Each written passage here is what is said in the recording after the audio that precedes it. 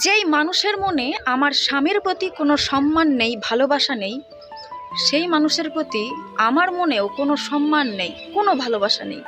সেটা হতে পারে আমার শ্বশুরবাড়ির কোনো মানুষ, কিংবা হতে পারে সেটা আমার বাপের বাড়ির কেউ। এমনকি আমার স্বামী যখন নিজের প্রতি কোনো খেয়াল রাখে না, তখন তার উপরেও আমার বড্ড রাগ হয়, কারণ আমি তাকে খুব ভালোবাসি। সে এতটুকু বেখেয়ালি হলে তার প্রতি আমার টেনশনের আর শেষ থাকে না, তাকে নিয়ে আমি চিন্তা করতেই থাকি সব সময়।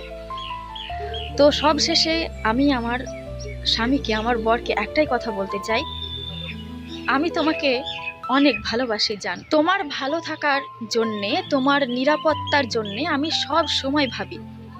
তুমি ভালো থাকলে, তোমার মুখে হাসি থাকলে আমি সেই হাসিটার মাঝে নিজের সুখ খুঁজে পাই।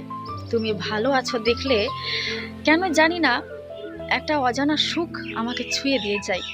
মনে হয় আমিও খুব ভালো আছি, নিজেকে খুব সুখী মনে হয় তোমাকে সুখে থাকতে দেখলে।